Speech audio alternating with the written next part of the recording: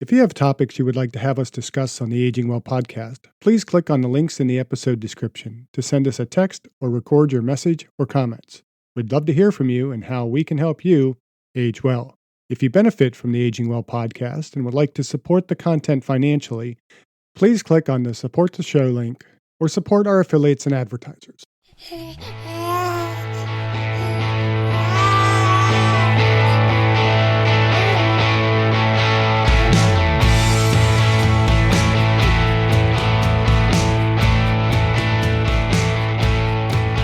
Welcome to the Aging Well podcast. I'm Jeff Armstrong here with Corbin Bruton. In this and the episodes that follow, we will share candid discussions on aging and hear from the experts. We are here to inform and encourage as we experience, aging. A key component to aging is financial preparedness. Everyone wants to have the resources to retire and be cared for in their latter years. We have to prepare for the expected and the unexpected. Today's guest is Todd Youngdahl. Todd is a managing partner and financial advisor with Washington Wealth Advisors in Virginia. I will share his contact information in the episode notes. So Todd, just tell me a little bit about yourself and your background. Sure. Thanks for having me, Jeff. My name is Todd Youngdahl. I'm a certified financial planner and managing partner with Washington Wealth Advisors. We have 2 office locations in Northern Virginia, but obviously we work with clients all over the country. I have been in the business for now about 23 years. Started right out of college, graduated from West Virginia University with a finance degree. I was going to make sure that you you knew I was going to throw that in. You knew I was going to throw that in. And I knew that I wanted to combine my passion for investments and finance with my passion for helping people. So I always knew that this industry, the financial service industry, was something that I wanted to be a part of. So I started a career with American Express Financial Advisors. They broke off their financial planning unit to a company called Ameriprise, which I shifted over as an independent financial advisor in the early 2000s. And then fast forward about 10 years later, 2011, my partner, Morris Schaus, founded Washington Wealth Advisors with the hope and the idea that we could provide, independent financial planning and wealth management advice completely conflict-free. At that point in our careers, that was something that was really important to us. So she founded the firm in 2011. And then a year later, I followed and joined Washington Wealth Advisors as a managing partner. And things have been very good. We've seen a lot of growth. We have a growing team, now about 8 people. So things are good. So you've been doing well for us too. So that's always good. Yes, you're long-time clients. So we have a lot of clients that we have worked with, for 20 years now and been through many stages of their life with them. Yeah, because Pam and I have been married 17 years and you were with her for years before we even met. So yeah, I think Pam and I lived in the same condo complex in Shirlington, in Arlington, Virginia. And she was referred to me from another client. I would say it's about 20 years ago. Yeah. So, it's a blessing to be able to work with clients who become friends and, all through various stages of life. Awesome. So what does one need financially to retire, especially these days?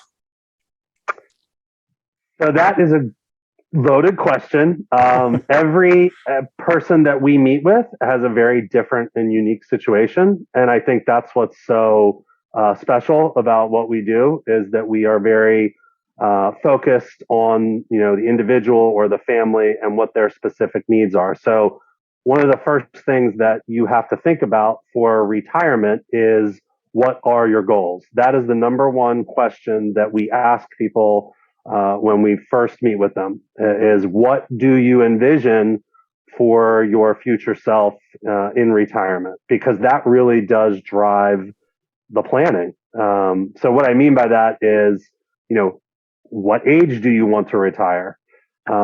Where do you potentially want to live in retirement? Do you think that you want to do part-time work in retirement? So really thinking deeply about what your planning goals are is how we start the discussion, which helps us then provide advice on what you should be doing for retirement. And that really does take a lot of analysis. So taking into account what types of assets or investments you may have already built up, what are you currently saving? We factor in, various assumptions like rates of return and inflation, and we help, guide people in terms of what types of savings, what types of investments they need to put into place to get a good roadmap towards a successful retirement. And considering the kind of theme of this podcast, to what extent do you see people planning for the unexpected and for the undesired, for the fact that they might get ill, they might live longer than they have? I mean, there's both extremes there. You might be disabilitated, or you might end up living a lot longer than you've financially planned for. Yeah. So one of the core components of financial planning is protection planning.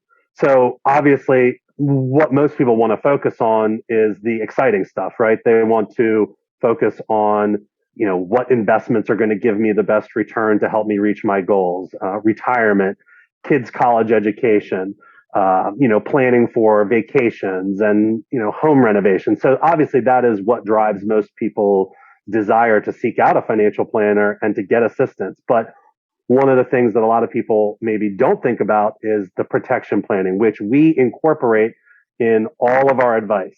So what I mean by protection planning is exactly what you just alluded to, which is, unforeseen events that can derail your plans that you've put in place. So it could be things like an unexpected death, an unexpected disability, or for people who are aging, it's long-term care events, things that may put them in a position that they no longer can care for themselves and may need assisted living or someone to come in their home and help them. And as I'm sure most of your listeners and everyone is aware, those types of care are extremely expensive. So typically what we try to do is, depending on what stage of life a client is in, we would identify which types of those protections we need to be discussing with them. So if they're, a young married couple comes to us, life insurance, disability insurance is at the forefront. But if a more pre-retired client who's maybe 5 years away from retirement comes to us and is seeking help, then we're probably more focused on long-term care and identifying what they may need from an insurance perspective, because that is typically what you have to look at to help yourself prepare, is typically some types of insurance to help protection. Great. And so when should one start to financially plan? Now, again, this is a loaded question, I guess, as well, but just your thoughts on that.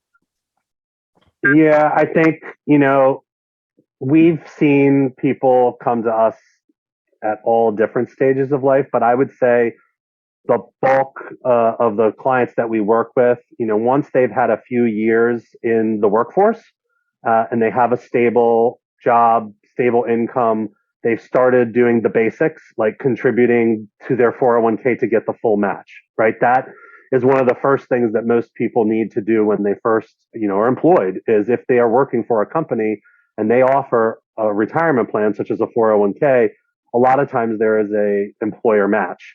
And that's free money. As long as you're contributing what that match is, that's free money to them. So those things that people know about and typically do, and once you have those things under your belt, then maybe a good time to seek out a financial planner to take your planning to the next step.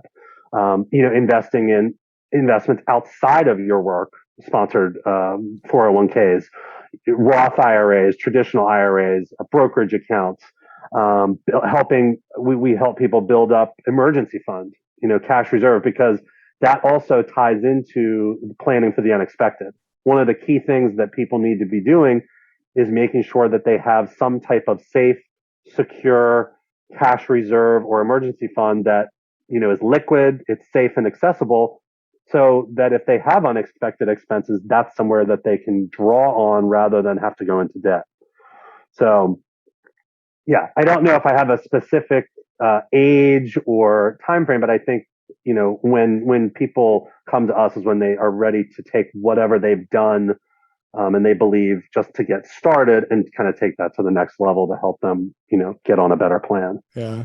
I mean, I think with, having teenage kids right now, and we're finally kind of getting them to start thinking about saving a little bit. And, I grew up in that generation where I don't know at what age you got your first little passbook savings book, and you saved, money from Christmas and things like that. And, I think that's an important aspect that we probably don't teach our kids enough of.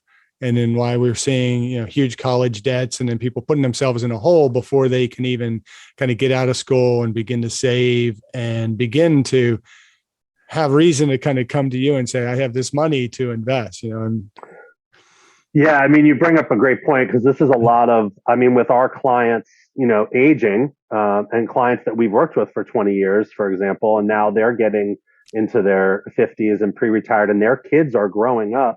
This is a huge conversation we're having with people in terms of now kind of that generational planning to help talk to our clients about how can we educate, young adults, teenagers. They get their first jobs, they start to get their first jobs and they're getting some paychecks and they're putting it in savings accounts at the bank.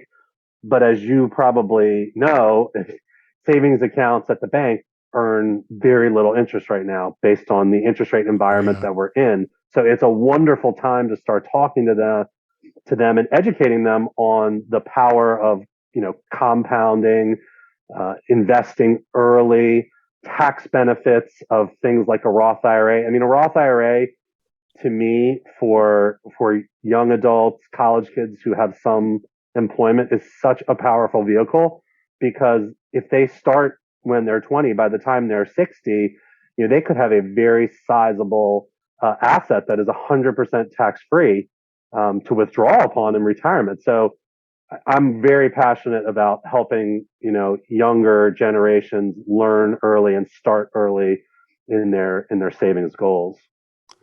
That's awesome. It's probably one of the biggest keys to aging well, financially at least, is starting early and planning ahead.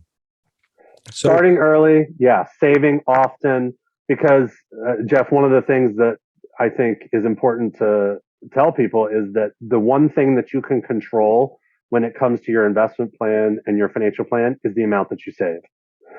We can't control what the stock market is going to do. We can't control what the bond market's going to do. We can't control what interest rates will be, now or in the future. But what you can control is the amount that you dedicate and save, to your various, goals. Awesome. So what should one consider in kind of choosing a financial planner, financial advisor?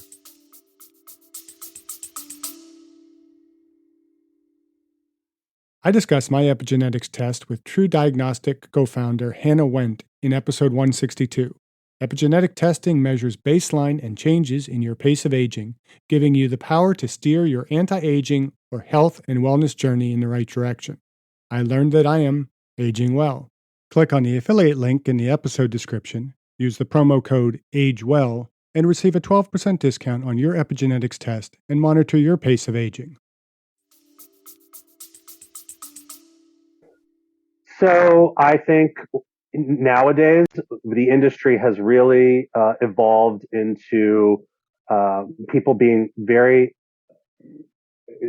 they look carefully, they're educated, with the internet, people can really interview many different financial planners. I think what we're very proud of is that we are what is called a fiduciary. So I think that is something that the general public is really looking for nowadays, to work with a financial planner and advisor, somebody that has their best interests at heart. That is our sole duty, as a fiduciary, is to provide unbiased, conflict-free advice to our clients. So I think, quite honestly, that's probably a great place to start, is looking at planners and advisors who are holding themselves out as a fiduciary, fee only, because there is no commissions. no one's earning any commissions. All investments that we would be advising clients on are on a level playing field. So you're not steered in any one direction. The other thing, I think, if you asked most of our clients why they work with us, is trust. I think you really have to feel comfortable and have a good relationship with your advisor. But I think it's trust. At the end of the day, I still come back to that's probably the number one reason why people work with us, because they have a strong sense of trust that we're doing what's right for them. I'd have to agree with that. And the fact that Pam kind of brought you into our relationship, I knew that she had, trust in what you were doing. And anytime, she said, well, I met with Todd. He suggests we do this. We need to talk about, do we want to do this? And I'm like, sure, go with it. I mean, I that trust is kind of carried over, to me as well, because she's had the relationship with you and obviously had the success and so on. And I think that is very important. And it kind of leads to my next question is, how should we go about finding a financial planner? I mean, I can't recall who referred Pam to you. I know it was actually Marlene. Okay. I figured it was probably Marlene. Yeah. So, yes. I mean, I think referral is obviously, asking friends, family, if they have a financial planner. Sometimes people don't like or feel comfortable talking about money and their own finances with other people close to them. But I think just asking, say, do you know someone? Are you working with someone? That's a great place to start. And then you can also, good old Google. I mean, you can Google fiduciary fee-only financial planners in your area, and review a few websites and kind of see who speaks to you, right? I think it's the websites are people's storefront right now. So sometimes people just feel like the message that's being sent out when they look, can give them what they need to at least have an initial conversation. I mean, I'll tell you, we offer an initial no obligation consultation to anybody that comes to us or is referred to us. So there's never any harm in having an initial discussion with a financial planner, because at the end of the day, if it works or it doesn't, there's no problem in having that initial talk. Anything else you would like to kind of share with the listener in regards to, what they should be looking to do as they go forward? Maybe any, obviously you can't share specifics about people's cases, but, maybe certain examples where people have done things well, done things poorly, that the listener might be interested in? Yeah, I mean, I can certainly give you some examples of, I think clients who I'd say what I would say I work with and what I'm seeing a lot right now. And I think, again, it ties into the aging well and just aging in general, is what I'm seeing is clients that I'm working with, that I've worked with for a long time. They're getting of that age where they're really starting to reflect and reevaluate, the next stage of their life, right? So they've spent the past 20 to 25 years being, working really hard, trying to make as much money as they possibly can, save as much as they can, juggle many different demands, right? Their own retirement, their kids' college education, their home, renovating their home, all these different things that they're, been working on.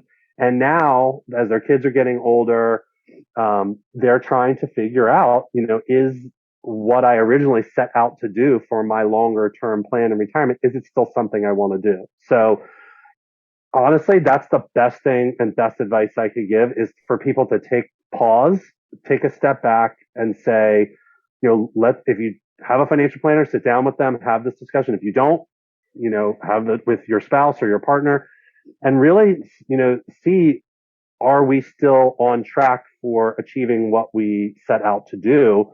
And are there changes? So for example, I have a lot of people that now are saying, I don't know that I want to do the career that I'm in for another 15 years, full time. I'm burnt, I'm spent. And they come to me and they say, Todd, can can you run some numbers and run analysis based on our portfolio and what we've built up? And could we potentially, retire in 5 years, leave what we're doing now, still work, not completely, not have any income at all, but shift into something that they enjoy more, or a second act, so to speak. Mm-hmm. So I'm really hearing a lot of those type of requests, being able to just evaluate, could I not do what I'm doing in a few years and maybe work part-time and shift gears into something that, that I enjoy more before I kind of head off into a more full retirement. Yeah, we hear so many people that have done that in the last 2 years over COVID. It's just like, I'm done with this. I'm just going to, do things, online business or whatever it might be. And totally. Yeah. But I think for people to have peace of mind and make a massive shift like that, they really do need to have someone, as a partner to help them evaluate if it's possible, to be able to do not only now, but how does it affect your future 30 years from now? Right.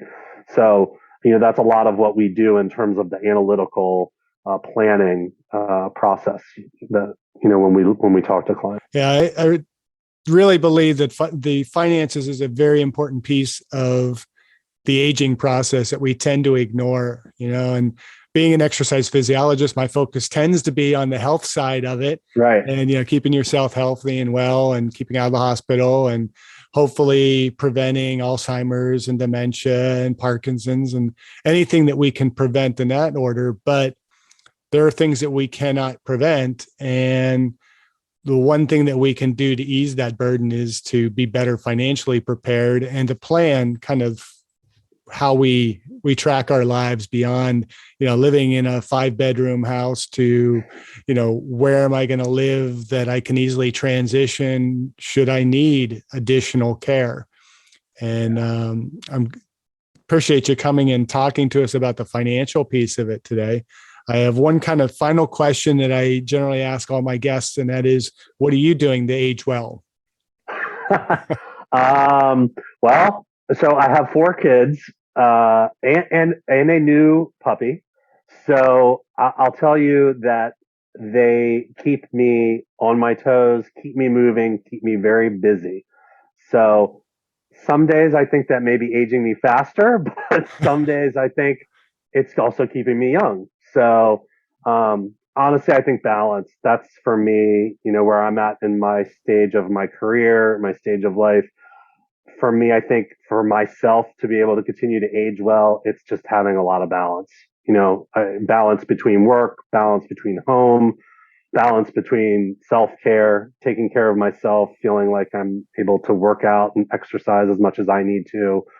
So I don't know. I think that's, for me, the best thing I can do to help myself continue to age well. That's a very good approach. I appreciate it. Well, thank you for joining us. This has been a really great conversation, and I'm sure that the listeners will greatly appreciate it. Yeah, absolutely. Thanks so much, Jeff. Happy to be on and talk about aging well financially. So, all right. And keep making money for us. I will do so. I will try my hardest. Thank you for listening. I hope you benefited from today's podcast. And until next time, keep aging well.